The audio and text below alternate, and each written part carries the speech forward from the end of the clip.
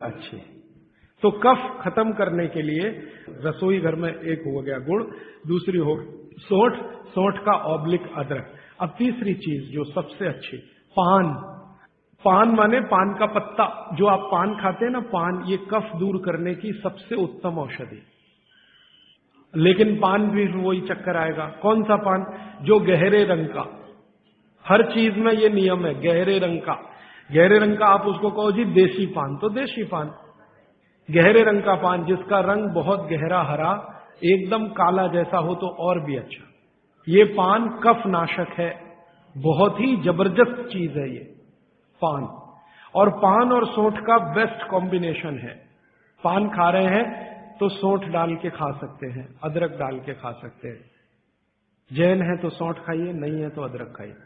पान, अदरक, सोंठ और ऊपर से आया गुड़। गुड़ भी मिला के पान में खाया जा सकता है। वो आप डालते ना गुलकंद, गुलकंद, गुलकंद। गुलकंद माने क्या है? गुलाब के फूल, उसकी पंखुड़ियां, उसका तो रस या उसका कुछ प्रिपरेशन प्रोसेस से, ये भी सबसे ज्यादा कफ नाशक है। अब आप देखो, जो जो चीजें पान में पड़ रही हैं वो सब कफ नाशक है। पान बनाने वाले सब बाघभट्ट के चेले, बिना जाने ये काम कर रहे हैं। गुलकंद आपको पान में डाल के दे रहे हैं। सौंफ, सौंफ, सौंफ, ये भी कफ नाशक है, सौंफ। फिर उसके आगे मैं बता रहा हूं प्रायोरिटी से, सबसे अच्छा कफ नाशक गुड़, फिर उसके नीचे, फिर उसके नीचे। अब सौंफ के नीचे जिसका नंबर है वो है लौंग। लवंग कहिए, लौंग कहिए। और ऐसे ही ये सूची बढ़ाते जाएं तो इसमें करीब 100 चीजें हैं जो कफ नाशक हैं हमारे रसोई में। ठीक है, अब आ जाइए वात पर। वात पर मैंने सबसे अच्छी चीज बता दी है, तेल, शुद्ध तेल। शुद्ध तेल वात नाशक है। और अब जो दूसरी बात मैं कहने जा रहा हूं, इसको मैं संक्षेप में उपसंहार के रूप में कह रहा हूं कि जिन चीजों में भी पानी की मात्रा ज्यादा हो वो सभी वातनाशक हैं। जिन चीजों में भी पानी की मात्रा ज्यादा हो वो सभी वातनाशक है। जैसे दूध, आप जानते हैं दूध में तो सबसे ज्यादा पानी ही है ना। दूध को फाड़ के देख लो, सॉलिड मटेरियल तो थोड़ा ही निकलता है ना, बाकी तो पानी ही रह जाता है। तो दूध में बहुत पानी है। तो जिन चीजों में पानी ज्यादा है, भागवत जी ने सूत्र ऐसे लिखा है कि पानी युक्त चीजें, जल युक्त चीजें सभी वातनाशक हैं। तो दूध हो गया। दूध के बाद दही, दही में भी पानी ही है, आप जानते हैं। और छाछ तो सबसे ज्यादा पानी वाली है। जूस जो आप इस्तेमाल करते हैं, सभी जूस वातनाशक है। सभी जूस, संतरे का, मौसम्मी का, गन्ने का तो बहुत ही अच्छा है, अंगूर का, टमाटर का, वगैरह वगैरह, ये सब जूस वातनाशक है। तो सब तरह के जूस, दूध, दही, छाछ, ये सब वातनाशक चीजें हमारे घरों में हैं। अब आखिरी चीज, भागवत जी कहते हैं कि वातनाशक, पित्तनाशक और कफनाशक ऐसी चीजें दुनिया में एक साथ मिले हैं, बहुत रेयर, बहुत रेयर। वो कहते हैं कि बहुत चीजें दुनिया में हैं, कोई वात का नाश करेगा, कोई पित्त का, कोई कफ का, लेकिन कोई ऐसी चीजें भी अपने रसोई में है जो तीनों को नाश कर सकते हैं। उनमें से नंबर 1 है आंवला। आंवला। फिर दूसरा है हरडे, और तीसरा है बहेड़ा, और तीनों मिला के बनता है त्रिफला। ये जो त्रिफला है ना, भागवत जी इसकी इतनी बढ़ाई करते हैं, इतनी प्रशंसा उन्होंने लिखी है कि खाली त्रिफला पर ही उनके 120 से ज्यादा सूत्र हैं। 120 से ज्यादा अकेले त्रिफला पर। त्रिफला को इसके साथ खाओ, त्रिफला को उसके साथ खाओ, त्रिफला को ऐसे खाओ, त्रिफला को 120 से ज्यादा सूत्र है अकेले त्रिफला पर। और वो ये कहते हैं कि ये जो त्रिफला है, इसमें सबसे अच्छा फल आंवला, फिर बहेड़ा, फिर हरडे, ये सबसे दुनिया में अद्भुत चीज है। लेकिन इसकी मात्रा के बारे में उन्होंने जो कहा है वो ध्यान रखिए। ज्यादातर लोग त्रिफला इस्तेमाल करते हैं, करिए, बहुत अच्छा है, लेकिन मात्रा ध्यान रखिए। हम क्या करते हैं कि हर बहेड़ा आंवला तीनों बराबर मात्रा में मिला के त्रिफला बनाते हैं। वो कहते हैं कि ये उतना उपयोगी नहीं है, और हमने करके भी देखा। वो कहते हैं कि त्रिफला सबसे अच्छा होता है 1, 2, 3 के अनुपात में। पहला है हरडे 1 अनुपात, दूसरा है बहेड़ा 2 अनुपात, और तीसरा है आंवला 3 अनुपात। अब इसको मात्रा में कहूं, अगर त्रिफला बनाना है तो हरडे लेना 100 ग्राम, बहेड़ा लेना 200 ग्राम और आंवला लेना 300 ग्राम। तो ये 100, 200, 300 ग्राम की मात्रा में आप जो त्रिफला चूर्ण तैयार करेंगे, वो कहते हैं ये अद्भुत है, वात पित्त कफ तीनों का नाश करता है, तीनों का। अब वात पित्त कफ तीनों से आप अगर ग्रसित हैं तो आप त्रिफला जरूर लीजिए। कैसे लाएं? त्रिफला लेने के 2 नियम बताए उन्होंने, एक रात को और एक सवेरे। सवेरे का नियम उनका यह है कि सवेरे सवेरे अगर त्रिफला खाएं तो गुड़ के साथ, नहीं तो शहद के साथ, गुड़ या शहद। वैसे ही आप तय कर लीजिए, जैन है तो गुड़, अजैन है तो शहद। तो सवेरे का त्रिफला खाएं तो गुड़ या शहद के साथ, रात का त्रिफला खाएं तो दूध के साथ या गर्म पानी के साथ। त्रिफला तो एक ही है ना, सवेरे भी त्रिफला ही खा रहे हैं, रात को भी। लेकिन बागवती जी कहते हैं असर अलग अलग है दोनों के। रात को जो आप त्रिफला खाएंगे दूध के साथ या गर्म पानी के साथ, तो ये त्रिफला रेचक है। रेचक शब्द उन्होंने इस्तेमाल, रेचक माने पेट को साफ करने वाला, बड़ी आंत की सफाई करने वाला, शरीर के सब अंगों की सफाई करने वाला, झाड़ू लगाने वाला जो व्यक्ति, वो रेचक।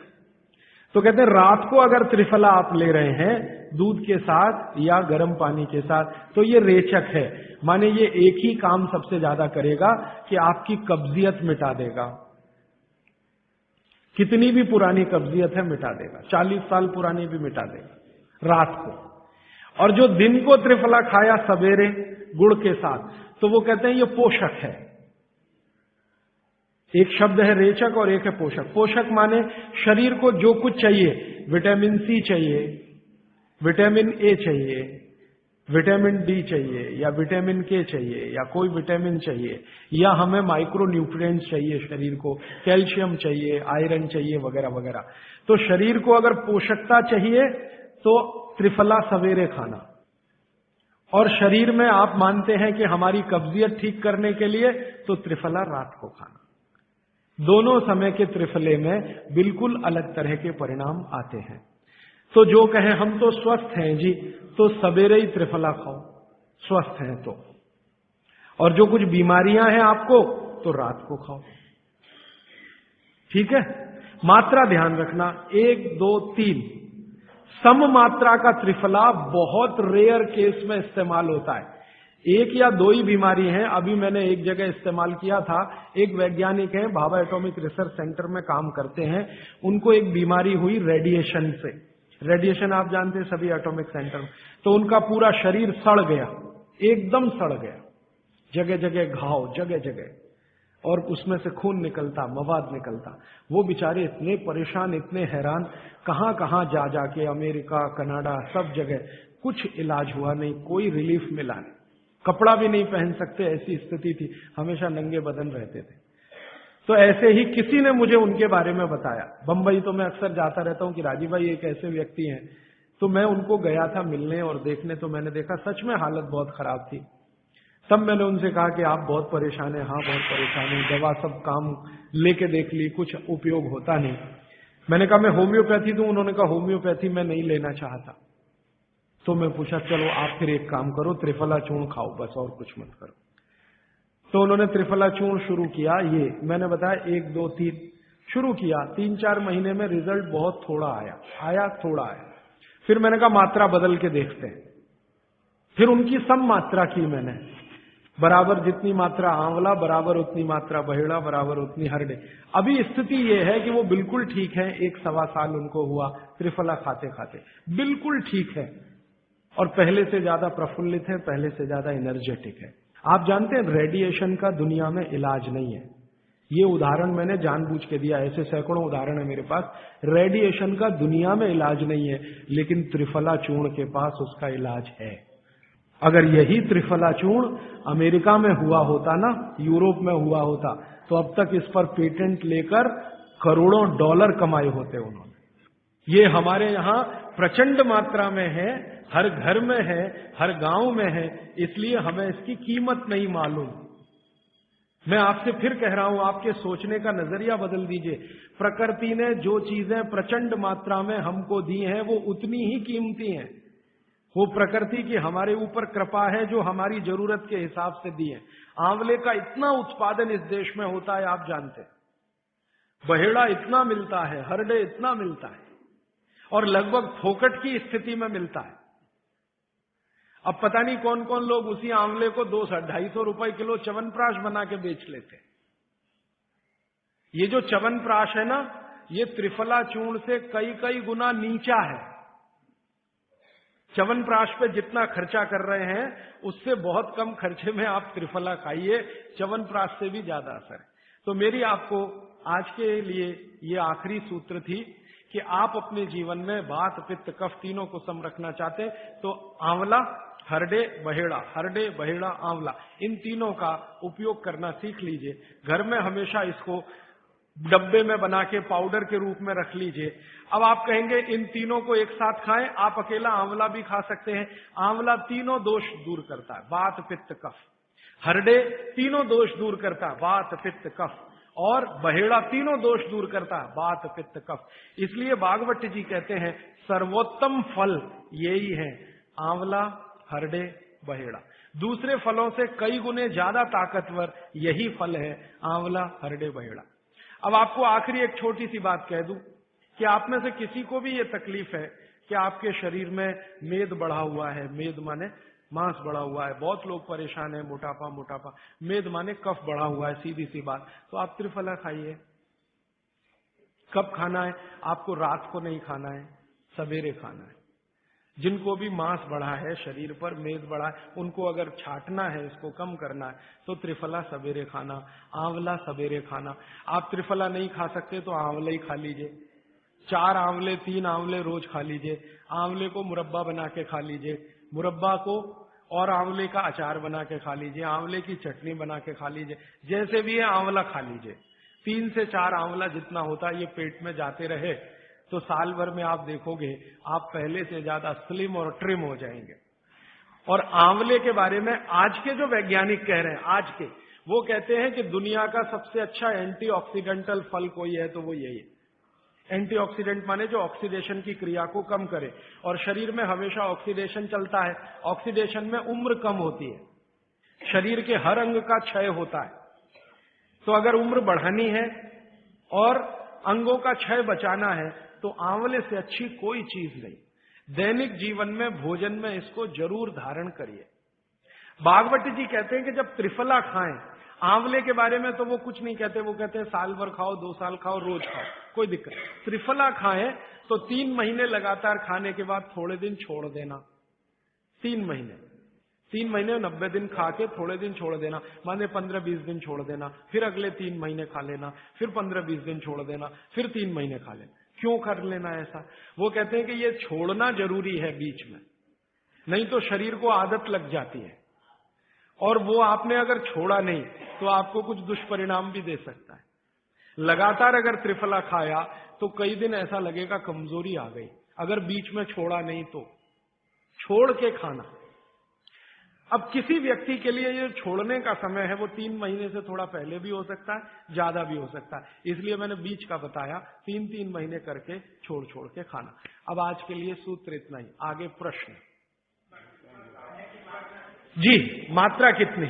मात्रा में बता देता हूं। जिनको वजन कम करना है, वजन कम करने के लिए त्रिफला या आंवले का उपयोग करना है तो आंवला 3 से 4 और त्रिफला हमेशा बड़ा टी स्पून, एक तो छोटी चम्मच होती है, एक थोड़ी बड़ी चम्मच, तो 1 चम्मच, हाँ, गुड़ के साथ सुबह, नहीं तो शहद के साथ। और जिनको रेचक के रूप में उपयोग करना, पेट साफ करने के लिए, आंतों की सफाई करने के लिए, वो रात को खाएं।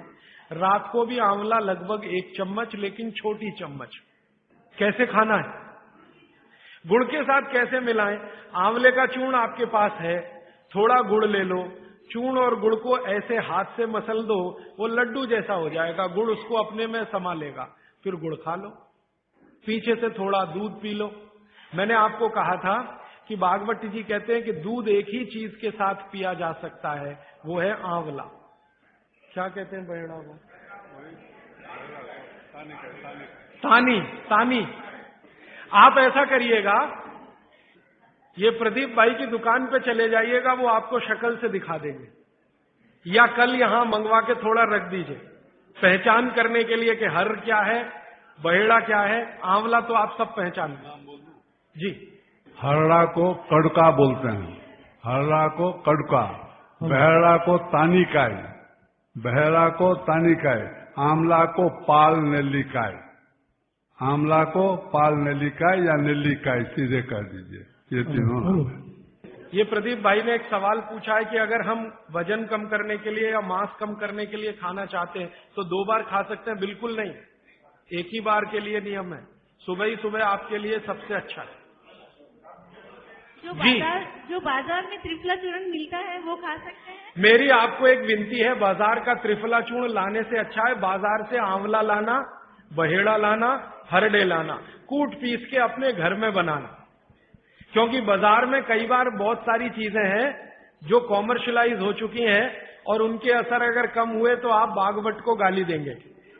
इसलिए रॉ मटेरियल लाके घर में तैयार करना, कूट पीस के। जी, आपने गुड़ की बहुत महत्वपूर्णता बताई, परंतु डायबिटीज पेशेंट्स क्या करें उसके लिए? गुड़ आप डायबिटीज में खाइए, भरपेट आंवले के साथ खाइए, त्रिफला के साथ खाइए, कोई तकलीफ नहीं, कोई तकलीफ नहीं है गुड़ खाने में। डायबिटिक लोग भी गुड़ खा सकते हैं, शुगर ना खाएं। और जूस का क्या करें? डॉक्टर्स तो कहते हैं डायबिटीज डोंट ईट फ्रूट्स करके। आप बिल्कुल चिंता मत करिए, आप भगवान की दी गई जो शक्कर है, ईश्वर की दी गई शक्कर है, जूस में है, फल में है, वो आपको शायद मालूम है या नहीं। शक्कर जो है ना, शुगर, इसके कई रूप हैं। एक है ग्लूकोज, एक है सुक्रोज, एक है फ्रक्टोज। तो ये जो फल वगैरह की शक्कर है, ये फ्रक्टोज फॉर्म की ज्यादा होती है और ये आसानी से डाइजेस्ट होती है। गुड़ की भी उसी कैटेगरी में आती है। तो आप चीनी मत खाइए, गुड़ खा सकते हैं, शहद खा सकते हैं, फल खा सकते हैं। मीठे कोई भी फल खाने में तकलीफ नहीं है, बशर्ते कि त्रिफला खाते रहें, थोड़ा त्रिफला लेते। जिनको भी डायबिटीज है वो भी त्रिफला का सेवन करें, क्योंकि डायबिटीज मैंने कहा ना वात का रोग है, तो वात कम करेगा। त्रिफला में तीनों चीज हैं जो वातनाशक है, आंवला, हरडा, बहेड़ा। त्रिफला आपने कहा लेना है रात को और सुबह कब लेना? जैसे खाने के पहले, खाने के बाद? रात को तो आप लें, पेट साफ करना हो, कॉन्स्टिपेशन दूर करना हो। देखिए, मैं अब थोड़ा बता ही दूं, बवासीर अगर किसी को है, ठीक करने के लिए त्रिफला लेना चाहते हैं तो रात को लें। मूड व्याध, पाइल्स जिसको आप कहते हैं, हेमोरॉइड, वो जब भी ठीक करने के लिए त्रिफला लें तो रात को लें। बगंदर, ये ठीक करने के लिए त्रिफला लें तो रात को लें। माने मेरे कहने का है, पेट से जुड़ी बीमारियां ठीक करने के लिए त्रिफला उपयोग करना है तो रात को। चम्मच एक छोटी, दूध के साथ या गर्म पानी के साथ। और अगर आपको मांस कम करना है, कफ नाशक बीमारियां, कफ से जुड़ी हुई बीमारियां, तो सुबह खाने के बाद लेंगे, रात को, और सवेरे लेंगे खाने के पहले। खाने के ही नहीं, नाश्ते के भी पहले 40 मिनट, नाश्ता करने से 40 मिनट पहले। जी, आपने बताया कि त्रिफला 1, 2, 3 के अनुपात में बनावे हैं, तो आपने जो मुंबई वाली बात करी, तो मुंबई वाले भाई साहब को पहले आपने 1, 2, 3 के अनुपात वाला ये त्रिफला दिया, वो जब बराबर काम नहीं किया तो फिर आपने समकालीन दिया और वो बिल्कुल ठीक हो गए। तो ये क्या प्रोसेस हुआ? हाँ, ये सवाल थोड़ा टेक्निकल है।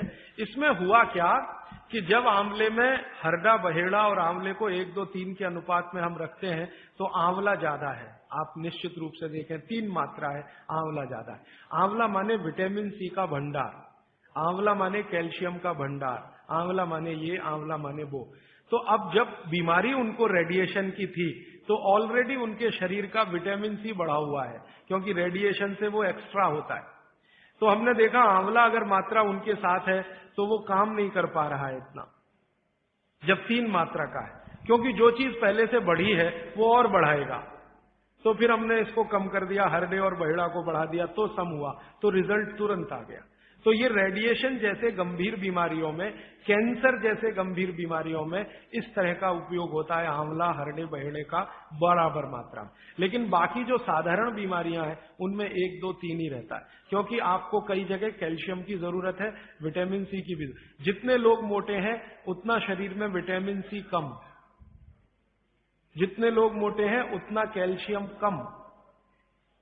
तो कैल्शियम कम है, विटामिन सी कम है, तो मैं आपसे कहूंगा ही कि आंवला 3 मात्रा में लो तो वो बढ़े, तो बाकी चीजें कम हो।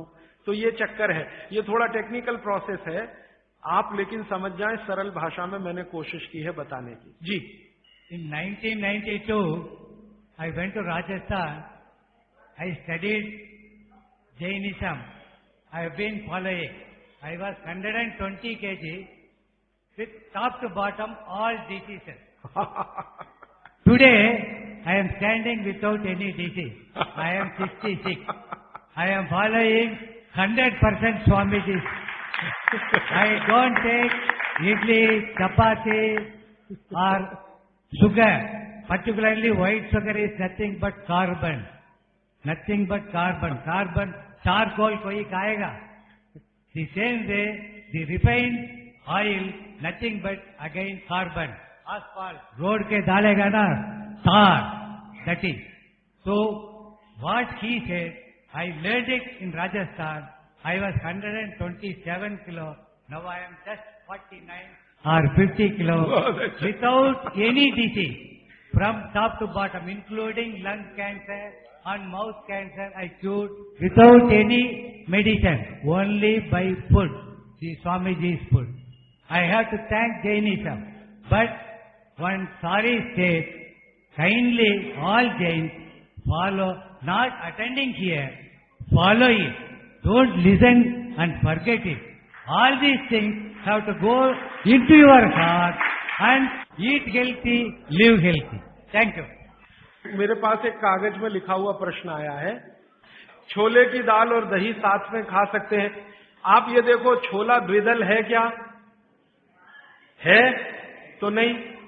और खाना है तो तरीका मैंने बताया, दही गर्म करके बघार लगा के।